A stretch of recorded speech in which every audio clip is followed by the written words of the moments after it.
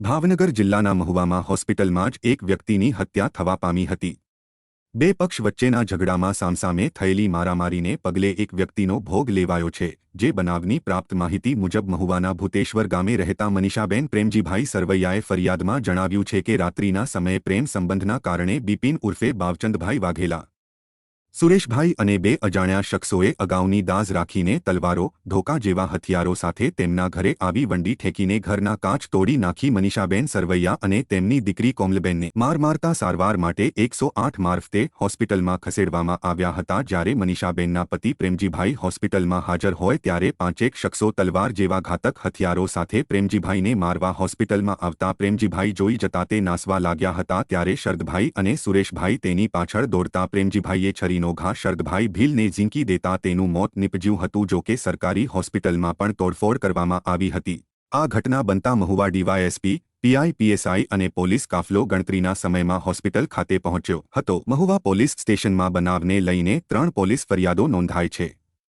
3 police ફરિયાદ નોંધાતા પોલીસે આગળની કાર્યવાહી હાથ ધરી છે। આ બનાવના સીસીટીવી વિડીયો સામે આવ્યા છે। જ્યારે બિનસત્તાવાર રીતે એવું જાણવા મળ્યું છે કે હત્યાના આરોપી પ્રેમજીભાઈને પોલીસે ઝડપી લીધો છે।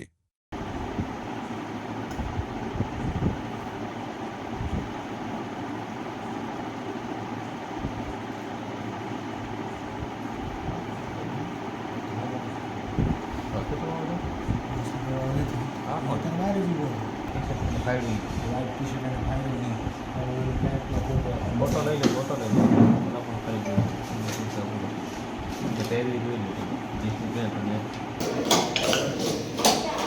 લે જાને ઓરો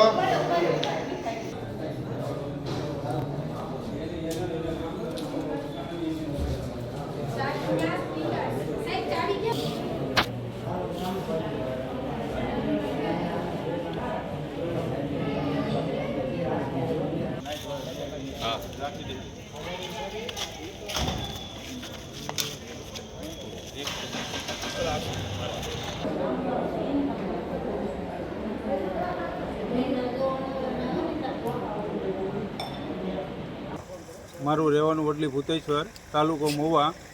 હવે મારે 6 મહિના પહેલાં આ બિપિનભાઈ વાઘેલાએ મારા ઘરે આવી અને મારા ધર્મપત્ની ઉપર છેડતી કરેલી અને છેડતી બાબતે અમે ફરિયાદ કરેલી। ફરિયાદનો હાલમાં અત્યારે રાઠોડ સાહેબની કોર્ટમાં ફરિયાદનો અમારો દાવો શરૂ છે અને એની દાદ રાખી અને આજે કાલે એટલે 14 તારીખની રાત્રે પણ આવેલા મારા ઘરે અને 4 જણા હતા અને 4 પાંચ તલવારોનું હોકી હતી અને ટાટા મેગઝોન ગાડી લઈને આવ્યા હતા અને કાલે પણ મારે ઘરે મન ફાવે એમ ગાળું બોલી અને મને જાનથી મારી નાખવાની કોશિશ ને મને એવું કીધેલું કે તું હેઠો ઉતર, હું મારા બીજા માળે રૂમે હતો એટલે મને કે હેઠો ઉતર, તારું માથું કાઢીને ગમે ત્યાં કાપીને લટકાડી દેવાનું છે। આવી મોટી ધમકીઓ મને આપી અને કાલે ત્રાસ ગુજાર્યો ને આજે તો હજી અમે જમવા બેઠા હતા ઘરે મારા બાળકો સાથે। ત્યાં જમતા હજી મેં કોળીઓ નહોતો ભર્યો ત્યાં તો મારો દરવાજો ખટખટાવીને એ લોકો ડાયરેક્ટ હુમલો જ કરી દીધો।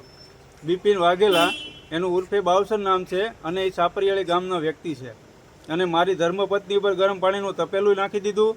મારા ધર્મપત્નીને ધોકેથી માર્યા, ઘૂસતાઈ માર્યા અને તલવારોથી પણ મારી અને 6-7 જણા હતા અને બધાય પાસે તલવારો હતી અને મારા એટલા ઉપલા 2 રૂમની અંદર ભૂતેશ્વરમાં મારું ઘર આવ્યું। 2 જગ્યાએ એના કાચના બારીના બધા એના કાચ તોડી નાખ્યા છે અને એટલા બધા પથ્થરમારો અને ધોકાવાળી કરી અને હથિયારબાજી કરી કે મારું આખું ગામ ભૂતેશ્વર ભેગું થઈ ગયું તો પણ કોઈના હાથમાં રહી નહીં। મન ફાવે એમ બધાને 2 ફાર્મ ગાળું દીધી, 2 ફાર્મ બધાને મારકૂટ કરી અને પછી નાચી છૂટ્યા અને અમે જ્યારે સરકારી દવાખાને આવ્યા તો સરકારી દવાખાને પણ એની ટાટા મેગઝોન અહીંયા ગેટ ઉપર નાખી દીધી અને પછી હોસ્પિટલ સરકારી સિવિલ છે એની પાછળના ભાગમાંથી ને એ લોકો 5-6 જણા ખુલ્લી તલવારો લઈને આવ્યા અને અહીંયા અમને જે સારવાર લેતા હતા ત્યારે પણ અમારી વાંહે તલવારોના હુમલા થયા અને અમારે હોસ્પિટલ મૂકીને પણ દરવાજાની બહાર ભાગી જવું પડ્યું।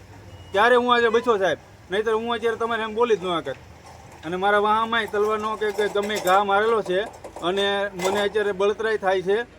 તો મારી છોકરી કોમલ અને મારા વાઈફ મનીષા સરવૈયા આ બંને અત્યારે સિટી સ્કેન માટે ગયેલા છે અને એની હારે પણ બહુ ઈજાગ્રસ્ત થયેલી છે। તારીખ 16/2/2024ના રાત્રિના 8 વાગ્યે ભૂતેશ્વર ખાતે મનીષાબેન પ્રેમજીભાઈ સરવૈયાના ઘરે બિપિન બાવચંદભાઈ વાઘેલા તથા સુરેશ બાંભણિયા નામના તથા તેમજ તેની સાથે 2 અજાણ્યા ઈસમો એમ કુલ 4 જણાએ તેના ઘરે જઈ તેના ઘરમાં તોડફોડ કરી ગેરકાયદેસર પ્રવેશ કરી અને મનીષાબેનને ઠીકાપાટુનો માર મારી બનાવ બનેલો હોય જેને અનુલક્ષીને મનીષાબેન છે તે હોસ્પિટલમાં એડમિટ થયેલ હતા.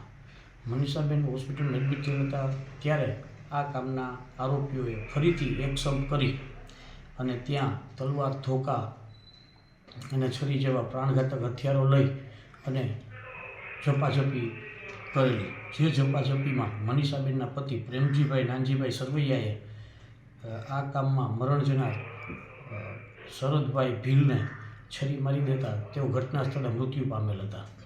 આ બીજી ઘટનાનો અનુલક્ષીને બનવામાં આવેલી અને આ ઝપાઝપી દરમિયાન પ્રેમજીભાઈને પણ પાછળના વાસાના ભાગે છરી લાગી જતા તેઓએ બિપિન બાવચંદ વાઘેલા, સુરેશ બાંભણિયા તેમજ અન્ય 3 ઈસમો વિરુદ્ધ 324 IPC 324 મુજબની ફરિયાદ દાખલ કરેલ હતી.